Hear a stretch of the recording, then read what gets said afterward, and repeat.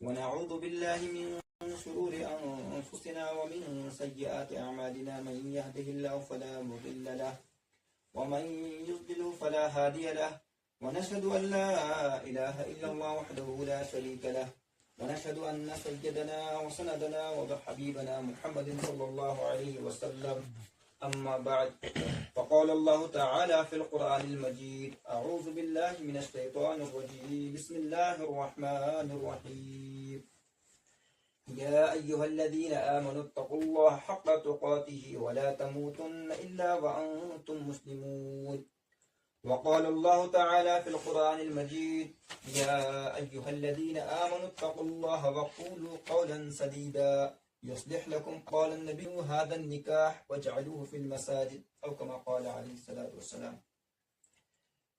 محترم مقام بزرگوں اور دوستوں اور ساتھیوں، السلام علیکم ورحمۃ اللہ.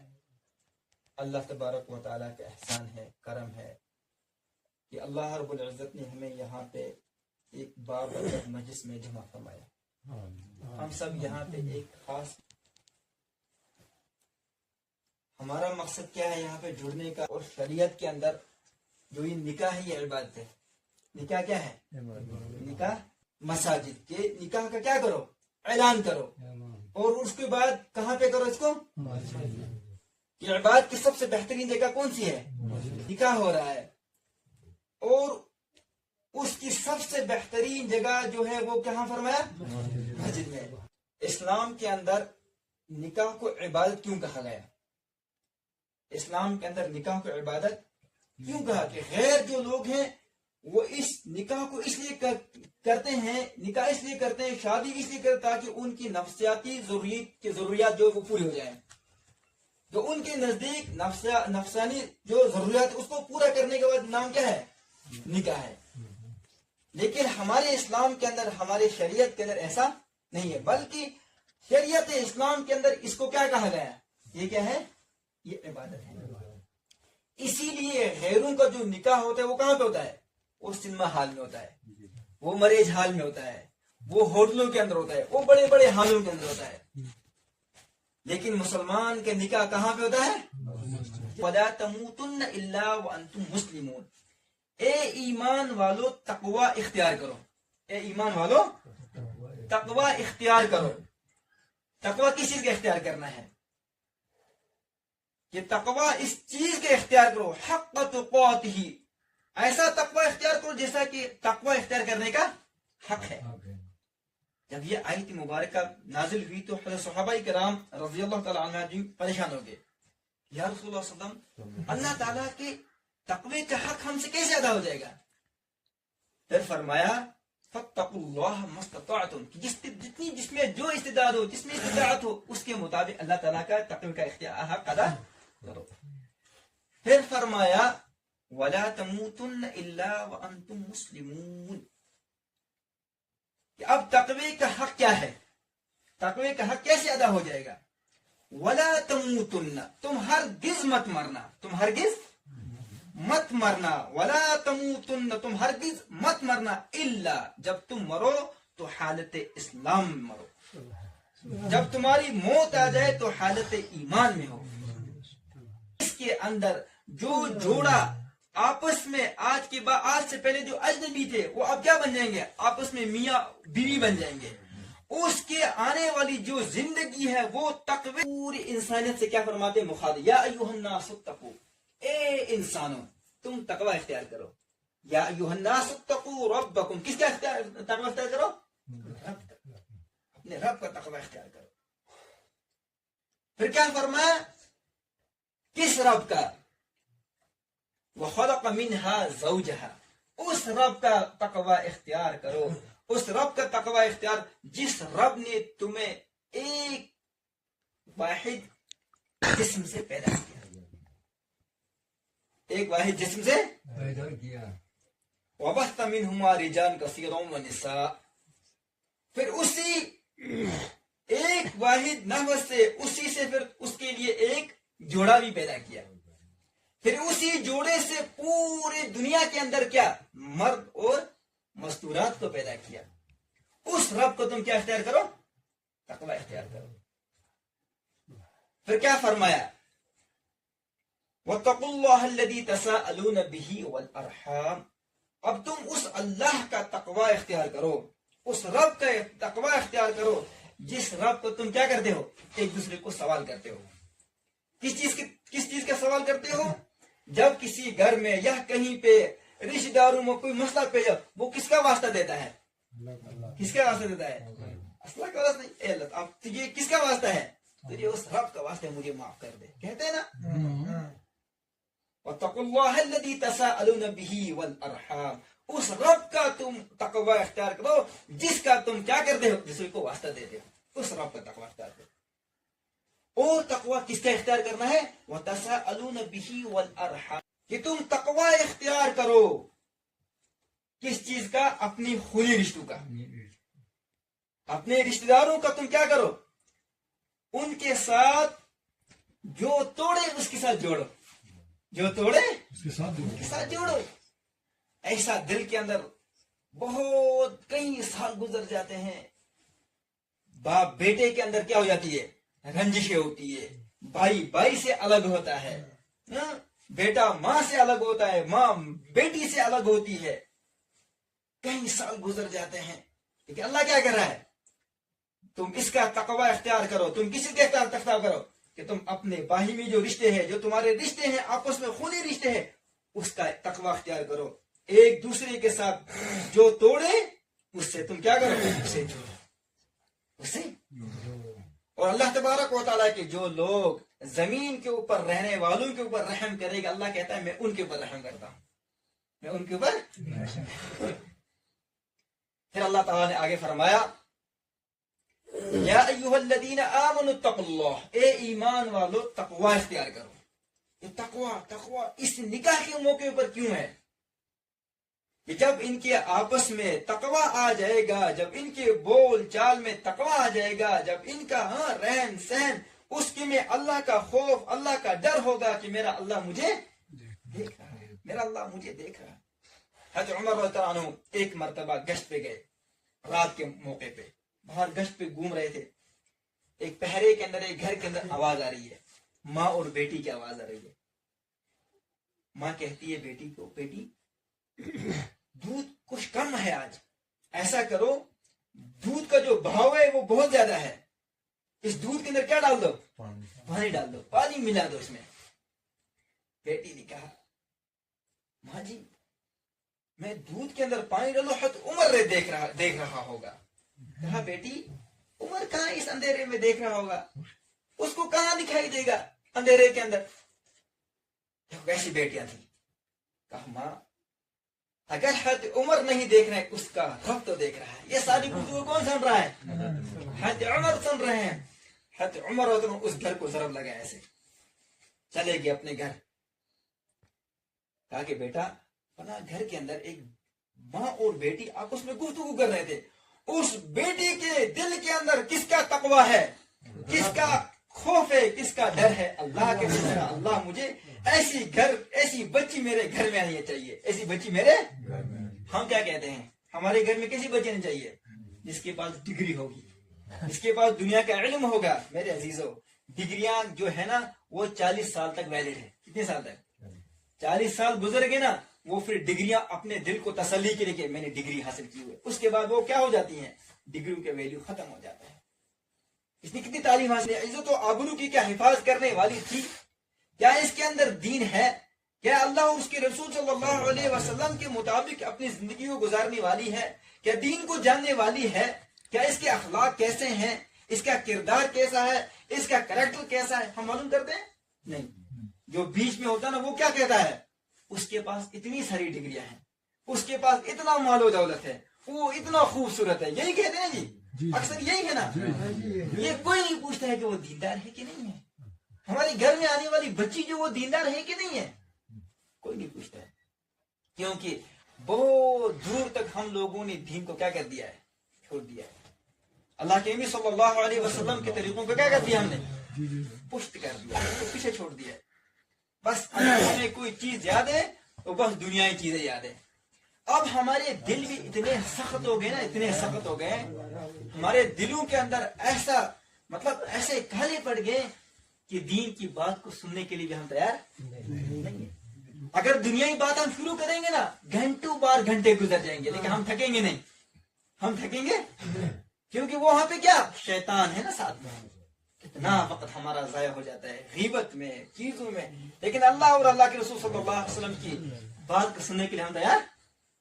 میرے عزیزو، دو چیزیں مجھے آپ سے بتانی ہیں کہ اللہ کے نبی صلی اللہ علیہ وسلم نے تقوی اختیار کرنے کا، تقوی کی جو خاص طور پر قرآن مجید کی یہ جو چند آیتیں بیان کی نکاح کے موقع پر، اس کا اصل مقصد کیا ہے؟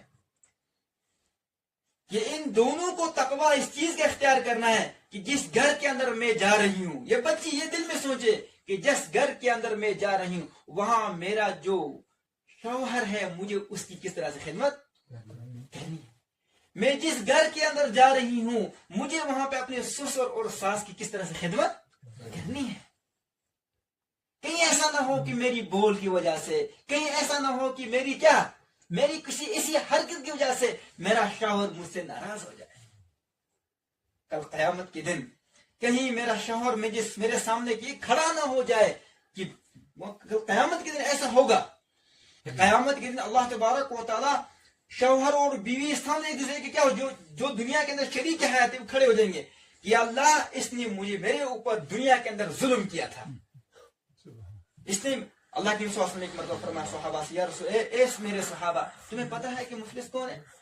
یا رسول اللہ صلی اللہ علیہ وسلم مفلس ہم اس کو کہیں گے جس کے پاس مال و دولت، یہی کہتے ہیں نا ہم سب، مفلس غریب وہی اس کے پاس مال و دولت۔ اللہ کے نبی صلی اللہ علیہ وسلم کہنا نہیں، مفلس وہ نہیں ہے اس کے پاس مال و دولت نہیں ہے، بلکہ تم میں مفلس وہ انسان ہے جو دنیا کے اندر بہت ساری کیا لے کے آئے گا، نیکیاں لے کے آئے گا، بہت ساری نیکیاں لے کے آئے گا، کل قیامت کے دن جس کو اس نے ستایا ہوگا، جس کا اس نے حق کھایا ہوگا، جس کو اس نے اپنی زبان سے تکلیف دی ہوگی، جس کو اس نے اپنے ہاتھ سے تکلیف دی ہوگی، جس کو اس نے اپنے آنکھوں سے کیا دی ہوگی، ہاں وہ اپنی نگاہوں سے غلط دیکھا ہوگا، پھر فرمائے گا کہ اب ان کو لے کے آ جاؤ، جس کا اس نے حق کیا تھا، حرم کیا تھا، ان کو جمع کر دیا جائے گا۔ حضور صلی اللہ علیہ وسلم نے فرمایا کہ ان کی نیکیاں جو وہ کن کو دے دی جائے گی، جس کا اس نے حق کھایا ہوگا۔ اب جتنی بھی نیکیاں تھی وہ حق والے کیا ہو گئے، اب یہ خالی ہو گئے، اب کیا رہ گیا، اب اس کے ان لوگوں کے جو گناہ تھے وہ بھی اسی کے اوپر ڈال دیے جائیں گے۔ اللہ معاف فرمائے۔ یہ کہنا تو آسان ہے، ہمارے دل میں آخرت کی تڑپ نہیں ہے، ہمارے دل میں یقین نہیں ہے۔ کل جس طرح سے ہمیں اللہ نے پیدا کیا نا، خدا کی قسم ایک ایک چیز کا ہمیں کیا دینا ہے، لا یغادر صغیرۃ ولا کبیرۃ الا احصاها، جو تم چھوٹا سا چھوٹا گناہ، بڑا سا بڑا گناہ جو بھی تم کرتے ہو، اللہ تعالیٰ کے علم میں سب کچھ ہے۔ اللہ تعالیٰ ہم سے غافل، لا تحسبن اللہ غافلا، اللہ ہم سے غافل نہیں ہے، اللہ دیکھ رہا ہے۔ اس لیے میرے عزیزو، یہ مختصر سی بات یہ ہے کہ کچھ اب دو چیزیں ہیں، ایک ہے حقوق اللہ، ایک ہے حقوق العبادہ، ایک ہے حقوق اللہ، ایک ہے حقوق العبادہ۔ دو چیزوں کے بارے میں کل قیامت کے دن اللہ تبارک و تعالیٰ پوچھے، بس دو چیزوں کے بارے، ایک ہے حقوق اللہ، ایک ہے حقوق دیکھو اللہ کے اختیار میں ہے، اللہ کے، ہم کسی کو حقیر نہ سمجھے، ہم کسی کو حقیر، اپنے سے کم تر کسی کو مت سمجھا کرو، کیا پتا اللہ تعالیٰ اس کو ہدایت دے دے، وہ اللہ تعالیٰ اس کو ہدایت دے، وہ کہاں چلا جائے، جنت میں چلا جائے، اور جو اپنے آپ کو بڑا چڑھا کے بول رہا ہو، اپنے چڑھاپے کو بہت بڑا سمجھ رہا ہو، کیا پتا وہ کل کہاں اس کا ٹھکانہ جہنم ہو، اور جس کو وہ حقیق سمجھ رہا اللہ تعالیٰ نے اس کو کیا کر دی، ہدایت کر دی، اور وہ کہاں چلا گیا۔ وقت بہت کم ہے، ایک بنی اسرائیل کے ایک واقعہ میں آپ کو چھوٹے چھوٹے موٹا موٹا بتا دوں۔ ایک بنی اسرائیل کے قوم میں ایک بندہ ایک تھا، اس کا نام کفل تھا، کیا تھا، کفل تھا اس کا نام۔ وہ لوگوں کی نظروں میں ایک تو وہ خوبصورت بھی تھا، صحت مند بھی تھا، اور مال و دولت والا تھا، بہت زیادہ مال و دولت والا تھا، مال اس کے پاس بہت زیادہ تھا۔ تو لیکن کیا تھا، یہ زانی بھی تھا، شراب خور تھا، لیکن دنیا کے اندر جتنے بھی گناہ تھے وہ سب کے سب یہ کرتا تھا، سب گناہ یہ کرتا تھا۔ لوگوں کی نظروں میں کیا تھا، یہ سب کہتے تھے یہ کیا ہے، شرابی ہے، یہ زانی ہے، یہ فلاں فلاں ہے، اس طرح سے۔ ایک مرتبہ کیا ہوا، 65 سال کا ایک سال والی عورت تھی، وہ کیا ہوا کہ اس کو کھانے کے لیے گھر میں کچھ رہا، گھر میں چھوٹے چھوٹے بچے تھے، تو یہ کافروں کے پاس گئی ادھار مانگنے کے لیے کہ بھائی مجھے کچھ پیسے دے دو، میں کچھ اپنے پیٹ کا کیا کر لوں، مطلب اپنے بچوں کو کھلاؤں، خود کو کھاؤں، لیکن کسی نے اس کو ادھار لوگوں نے کہا کہ فلاں ایک جگہ میں ایک بندہ ہے، اس کے پاس بہت مال، وہ دلوں کو مال و دولت دیتا ہے، آپ اس کے پاس جاؤ۔ یہ عورت اٹھتی ہے اور کس کے پاس جاتی ہے؟ اس بندے کے پاس جو کیا ہے، جواری ہے، شرابی ہے، زانی ہے، اس کے پاس جاتی ہے۔ جب یہ اس کے پاس پہنچ جاتی ہے تو فرماتی ہے کہ میں آپ کے پاس آئی ہوں، مجھے کچھ 60 درہم دے دو۔ کتنے؟ مجھے 60 درہم چاہیے۔ جب اس بندے نے اس کو دیکھا تو اس کے دل میں کیا نفسانی خواہشات کیا ہو گئی، بڑے کٹی۔ اس کا جو ہے حرام کام کرنے کا دل چاہا۔ اس نے کہا کہ 2 چیزیں، میری ایک شرط ہے، اگر تو نے میری شرط کو مان لیا تو میں تجھے کیا 60 درہم دے دوں گا۔ اس بچی نے پہلے بہت منع کیا، لیکن جب اس نے کہا کیا کروں گی، یہاں سے بچے چھوٹے چھوٹے ہیں، یہاں سے وہ فاقے سے مر جائیں گے، یہاں سے اللہ کا حکم بھی ہے، اب میں کیا کروں؟ آخر میں بچی جو ہے وہ تیار ہو جاتی ہے، غلط کام کرنے کے لیے کیا ہو جاتی ہے۔ لیکن اس نے کہا جیسے یہ اس کے سامنے قریب آنے لگا، وہ کفل جب اس کے قریب آ گیا تو فرمایا اس بچی نے کیا کہا آپ اچھا یہ گھبرا سی پیچھے ہوگی۔ اس نے کہا آپ کیوں، آپ تو اپنی مرضی سے تیار ہوئی ہو۔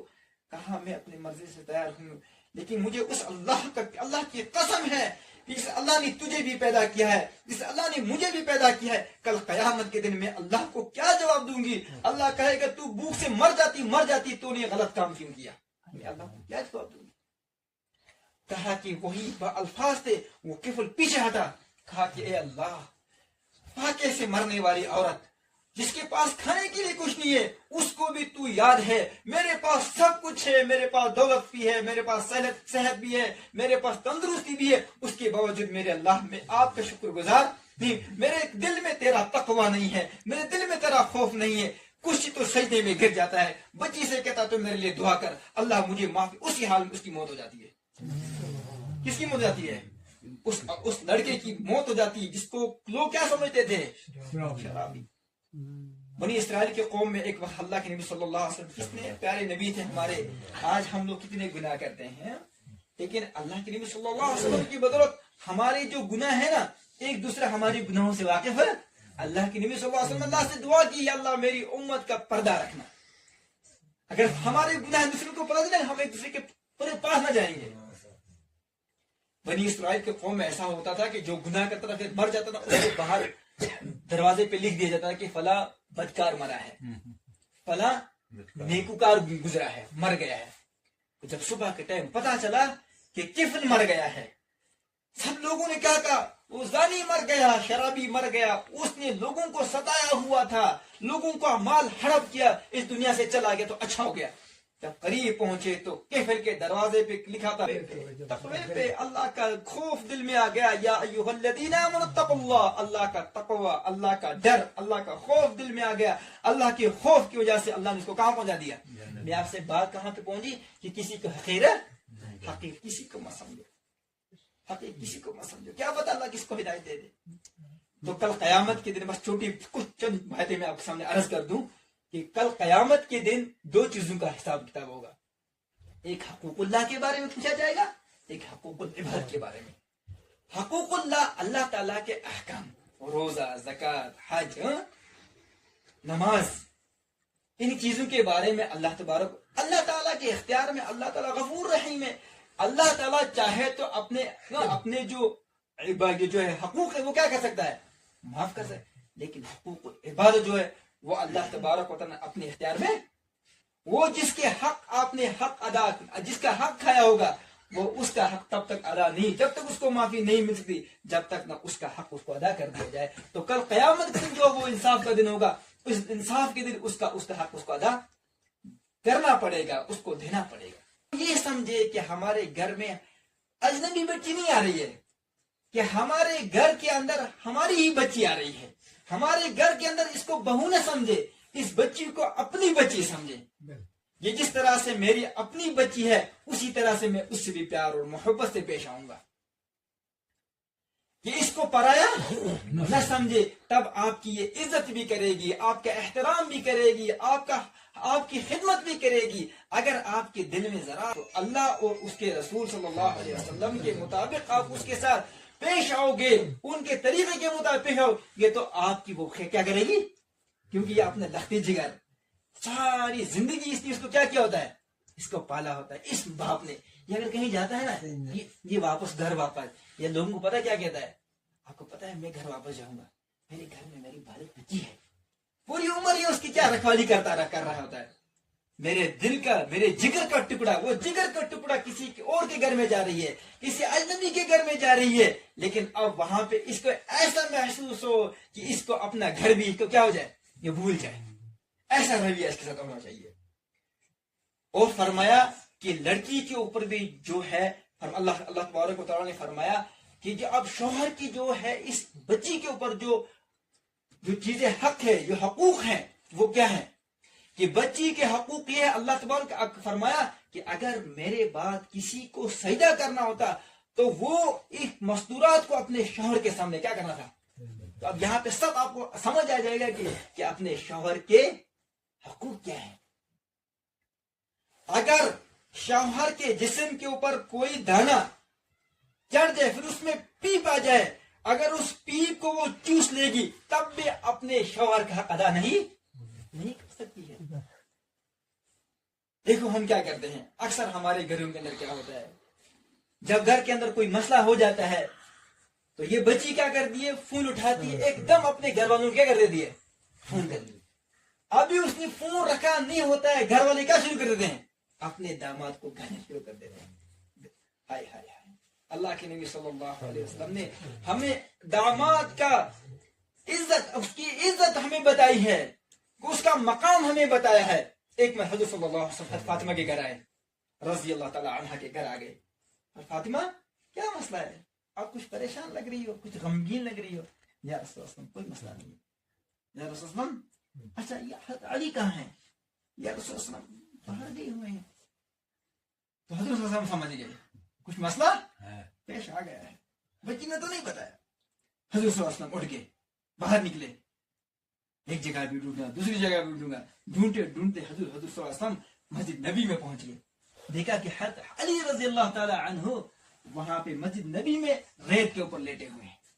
جب مسجد نبی جو تھی وہ کیا تھی، وہ کھلی تھی، اس کے اندر ریت وغیرہ، اس کے اوپر گردہ چڑھا ہوا تھا علی کے اوپر۔ حضرت صلی اللہ علیہ وسلم، اے علی اٹھایا، آپ کھڑے ہو جاؤ، اوپر سے اس کا جو گردہ غبار ہے وہ کیا کر دیا، وہ اٹھایا اور ہاتھ سے پکڑ کے کہاں ہوا جائے، بیٹا گھر اپنے جاتے ہیں، ایسے گھر چھوڑ کے نہیں نکلا کرتے ہیں۔ ہم کیا کرتے ہیں، اپنے داماد کو شروع میں ہی اس کو گھلے شروع کر دیتے ہیں، اس کو ماں دادی سب کو یاد کرا دیتے ہیں، کوٹو تک پہنچا دیتے ہیں۔ کہاں ہمارے رشتوں میں ایسا نہیں کرنا ہے۔ ہمیں کیا کرنا ہے، ہم نے صبر اور تحمل کا کیا کرنا ہے، اس کا ہمیں خاص خیال رکھنا ہے۔ یہ بچی کے ساتھ کوئی مسئلہ پیش آ گیا ہے، گھنیا نہ دے، ہم اس کی تحقیق کریں، کیا پتا وہ صحیح ہے یا ہماری بچی غلط ہے، یا کیا پتا جو غلطی ہے اس کو کیا کریں گے، ہم پہلے تحقیق کریں گے، اس کے بعد ہم اس پہ کیا کارروائی کریں گے۔ ایسا نہیں ہے کہ ہم اپنے داماد کی کیا کریں گے، لوگوں کے سامنے بے عزتی کروا دیں گے، وہ کہاں آپ کی بچی کی عزت کرے گا، کرے گا سر۔ جب وہ آپ اس کے اپنے داماد حضرت صلی اللہ علیہ وسلم جب مجلس میں ہوا کرتے تھے نا، حضرت ابو بکر جیسے ہستی جب مجلس کے اندر آ جایا کرتی تھی، حضرت علی، حضرت عمر جیسے ہستی جب مجلس میں آ کر حضرت صلی اللہ علیہ وسلم پیر پھیلا کے بیٹھا کرتے تھے۔ میں آپ کو سمجھاتا ہوں کہ داماد کا کیا ہے، مقام کیا ہے، جس کو آج ہم لوگوں نے کیا سمجھ رکھا ہے، یہ ہمارے گھر کا کیا ہے، مزدور ہے۔ ایسا نہیں ہے، داماد کا مقام اللہ کے نبی صلی اللہ علیہ وسلم نے بتایا کہ داماد کا مقام کیا ہے، کہ فرمایا کہ حضرت عثمان جب آیا کرتے تھے، جب ابو بکر آتے تھے تو ٹانگیں پھیلا کے ہوا کرتے تھے، جب حضرت عمر جیسا رضی اللہ عنہ جیسا صحابیت ٹانگیں پھیلائے ہوا کرتی تھی، جب حضرت علی آیا کرتے تھے، حضرت عثمان آیا کرتے تھے، تو حضرت صلی اللہ علیہ وسلم حیا سے کیا کرتے تھے، ان کو ان کی عزت، ان کا مقام دیا کرتے تھے۔ اس لیے بات یہ ہے کہ ہمیں کیا کرنا چاہیے، صبر و تحمل کے ساتھ اچھی طریقے سے ہمیں کیا کرنا چاہیے، ہر ایک چیز کے اوپر تحقیق کرنی چاہیے، چھوٹی چھوٹی چیزوں پہ ہمیں جھگڑا نہیں کرنا چاہیے۔ اور آخر میں کچھ بات بتاؤں گے، دیکھو جس طرح سے ہم ایک چیز کی توقع رکھنا، ایک چیز کی توقع، جس طرح سے ہم نے اپنی بیویوں کے ساتھ ہم پیش آئے ہوں گے آپ یہ توقع رکھو کہ میری بچی کے ساتھ بھی وہاں پہ ویسے ہی پیش سلوک ہوگا. یہ یاد رکھو, یہ یاد رکھو. جیسا آپ اپنی بیویوں کے ساتھ پیش آؤ گے نا, یاد رکھو آپ کی بیٹی کے ساتھ بھی ویسا ہی معاملہ وہاں پہ ہوگا. ایسا کبھی کہیں ایسا نہ ہو کہ اپنی بیوی کے اوپر حاکم بن بیٹھے ہو. کبھی ایسا نہ ہو کہ تم اپنی بیویوں سے سارا کام کرواتے ہو. ایک نازک کا جسم, ایک معصوم کا جسم, سردی کے موسم میں ہم اس کے اوپر بڑے موٹے موٹے کپڑے پہناتے ہیں, یہ دلواتے ہیں بڑے بڑے موٹے کپڑے. کبھی خدا کے بندے کبھی اٹھ کے اس کے ساتھ تو اس کی کیا کر, اس کی مدد تو کر لے, کبھی اس کے حال تو پوچھ لے. رات کے ٹائم بڑے بڑے موٹے موٹے بسترے بھی تو اسے ڈلواتا ہے. حضور اکرم صلی اللہ علیہ وسلم کی بیک وقت میں 9 نکاح تھے. کل کتنی نکاح تھے؟ 11. کل 11 تھے, لیکن بیک وقت میں اس کے پاس کتنی 9 بیویاں تھی. ہر ایک کا کیا خیال رکھتے تھے, ہر ایک کا کیا اس کے حقوق کا کیا خیال رکھتے تھے, کسی کا حق ادا کسی کا حق تلفی نہ ہو جائے. حضور اکرم صلی اللہ علیہ وسلم نے پوری زندگی میں اپنے کپڑے خود دھوئے ہیں. اگر کپڑے پھٹ جاتے تھے حضور اکرم صلی اللہ علیہ وسلم اپنے ہاتھ مبارک سے اس کو خود سلا کرتے تھے. محبت دیکھو حضور صلی اللہ علیہ وسلم کی. حضرت عائشہ رضی اللہ تعالیٰ ایک مرتبہ ایک کھلے برتن میں پانی پی رہی ہے. حضور صلی اللہ علیہ وسلم دیکھ رہے ہیں, عائشہ پانی کا تھوڑا سا میرے لیے رکھا, میں بھی پانی پیوں گا. حضور صلی اللہ علیہ وسلم نے کیا فرمایا کہ میں آپ کو جھوٹا, یا رسول اللہ علیہ وسلم یہ میرا جھوٹا ہے اور میں آج ناپاک بھی ہوں. کون فرماتی ہے؟ حضرت عائشہ. حضور صلی اللہ علیہ وسلم کے دیکھو یہ آپ تو میرے لیے کیا سبق ہے, یہ ہم جو بات بتا رہے ہیں نا یہ میرے اور آپ کتنا ہم اس کے اوپر عمل کر رہے ہیں. ہمارے گھروں کی طرف یہ لڑائیاں جھگڑا کیوں ہوتے ہیں؟ کیونکہ ہم نے اللہ کے نبی صلی اللہ علیہ وسلم کے طریقے کے مطابق اپنی زندگی گزار نہیں رہے ہیں. اگر ہم نے طریقے اپنے اندر ہمارے گھروں کے کبھی بھی فساد نہ ہوتے. حضور صلی اللہ علیہ وسلم نے کہا, اے عائشہ آپ مجھے بتاؤ آپ نے اپنے ہونٹ کہاں سے لگائے ہیں, کس سائڈ سے لگائے؟ حضور صلی اللہ علیہ وسلم نے وہ برتن اٹھایا اور وہیں سے پانی پیا جہاں سے حضرت عائشہ رضی اللہ عنہا نے کیا پانی پیا. ایک مرتبہ حضور صلی اللہ علیہ وسلم حضرت عائشہ وہ اکٹھے کھانا کھایا کرتے تھے. گوشت لایا ہوا ہے, گوشت چبا رہی ہے حضرت عائشہ. اس ہمارے تو آج بوائلر مرغے جو ہیں وہ آدھے وہیں سے پگھلے ہوئے ہوتے ہیں, جب پریشر میں ڈال اور پگھل جاتے ہیں تو آدھے سیدھے. تو اس زمانے میں تھوڑا گوشت جو ہوتا تھا وہ تھوڑا توڑ رہی ہے, اس کے اوپر ظاہری ہے تو تھوک وغیرہ تو لگ جائیں گی نا. عائشہ رضی اللہ عنہا نے وہ گوشت کا جو ٹکڑا تھا وہ جب کھایا تو اس کے بعد کہاں پہ رکھ دیا, دسترخوان پہ رکھ دیا. حضور صلی اللہ علیہ وسلم کی, اے عائشہ آپ کو کھانا نہیں آیا, آپ کو نہیں آیا یہ اس کو گوشت کو کھانا, ابھی ذرا تو میں دکھاتا ہوں کس طرح کھاتے ہیں. حضرت عائشہ حضور صلی اللہ علیہ وسلم نے مجھے اور آپ کو سبق سکھانا تھا, یہ جھوٹا جو ہے پیچھے حاکم نہیں ہو, یہ سبق مجھے اور آپ کے لیے تھا. حضور صلی اللہ علیہ وسلم نے وہ اٹھایا اور خود چبایا اور کھایا. آج کھائے گا کوئی؟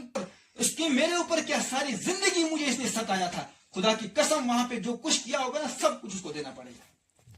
اس لیے حاکم نہ بنو بلکہ شریک حیات بن کے. حضور صلی اللہ علیہ وسلم ہم ان سے نعوذ باللہ من ذالک بڑے ہیں, یا نعوذ باللہ من ذالک. حضور اکرم صلی اللہ علیہ وسلم اپنی بیوی سے ایسے محبت سے پیش آتے تو ہم کیوں نہ آئے؟ اگر ہم ان چیزوں کو اپنے کیا کر لیں, اپنے روزمرہ زندگی کے اندر اپنی شریک حیات سے محبت سے پیش آئیں گے تو میرے عزیز ہماری زندگی کیا گزرے گی؟ ہمارے گھروں میں کبھی فساد نہیں ہو جائے گا, لڑائیاں نہیں کیوں ہوگی. لیکن جب ہم نے کیا کر دیا ہے, آج ہم نے طریقہ چھوڑ دیا ہے. اس لیے بہرحال کہنے کا یہی غرض ہے کہ ہم کیا کریں, اپنی زندگی کے اندر کیا کریں, تقوی اختیار کریں. اور آخری آیت اس کے بعد میں ختم کرتا ہوں, یا ایھا الذین آمنوا اتقوا اللہ وقولوا قولا سدیدا. اے ایمان والو تم تقوی اختیار کرو. کس چیز کا؟ وقولوا قولا, اور جو تم بولو سیدھی بات کرو, صحیح بات کرو, جھوٹ مت بولو, غیبت مت کرو, گالیاں مت دو, فساد مت کرو, جھگڑے مت کرو. وقولوا قولا سے, اور جب تم یہ کام کرو تمہیں 2 انعام ملیں گے. کتنے؟ 2 انعام ملیں گے جب تم صحیح بات کرو گے, حق کی بات کرو گے, کسی کے خلاف کوئی بات نہیں کہو گے, حق کو چھپاؤ گے نہیں, حق کو دباؤ گے نہیں, حق کی بات کہنے سے ہچکچاؤ گے نہیں, تمہیں اللہ تعالیٰ 2 انعام دے گا. کتنے؟ 2 انعام دے گا. ایک انعام کیا فرمایا؟ وَيُصْلِحْ لَكُمْ أَعْمَالَكُمْ, جو تم اعمال کرتے ہو, وَيُصْلِحْ لَكُمْ, تمہارے اعمال کو اللہ تبارک و تعالیٰ صحیح کر دے گا. وَيَغْفِرْ لَكُمْ ذُنُوبَكُمْ, اور تمہارے گناہوں کو بھی اللہ تعالیٰ کیا کر دے گا؟ معاف کر دے گا, تمہارے گناہوں کو بھی مٹا دے گا. اس لیے میرے عزیز اور دوستو, میں نے قرآن پاک کی یہ چند آیتیں آپ کے سامنے بیان کی, اور کچھ حدیث مبارکہ آپ کے سامنے بیان کی، النکاح من سنتی، فرمایا کہ نکاح جو ہے حضور صلی اللہ علیہ وسلم یہ نکاح میری سنت ہے، فمن رغب عن سنتی فلیس منی، جس نے سنت سے میری سنت سے انکار کرے وہ مجھ میں سے نہیں ہے. مجھ میں سے مطلب کہ وہ میری امت میں سے نہیں ہے. اس لیے فرمایا 3 چیزوں میں انسان کو جلدی کرنی چاہیے. ایک، جب نماز کا وقت آ جائے تو فوراً نماز پڑھ لیا کرو، پھر نماز میں تاخیر مت کرو. نمبر 2، جب جنازہ تیار ہو جائے تو اس کو کیا کر لو، اس کو فوراً آپ تم کیا کرو، دفن کر لو. اس کی نماز جنازہ کی کیا کرو، تیاری کرو، اس کو دفنا دو. اور تیسرا، جب بچی بالغ ہو جائے تو پھر اس کے جوڑ کا کیا کرو، اس کے جوڑ کا لڑکا تلاش کرو.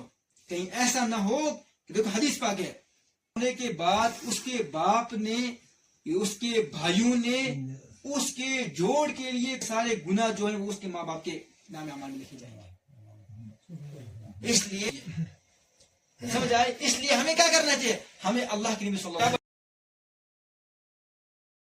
بنا دے، اس کو بابرکت بنا دے، آپس میں دونوں فریقین کو آپس میں محبت کر دے، عمل کرنے کی توفیق عطا فرمائے. آمین. وآخر دعوانا الحمدللہ رب العالمین.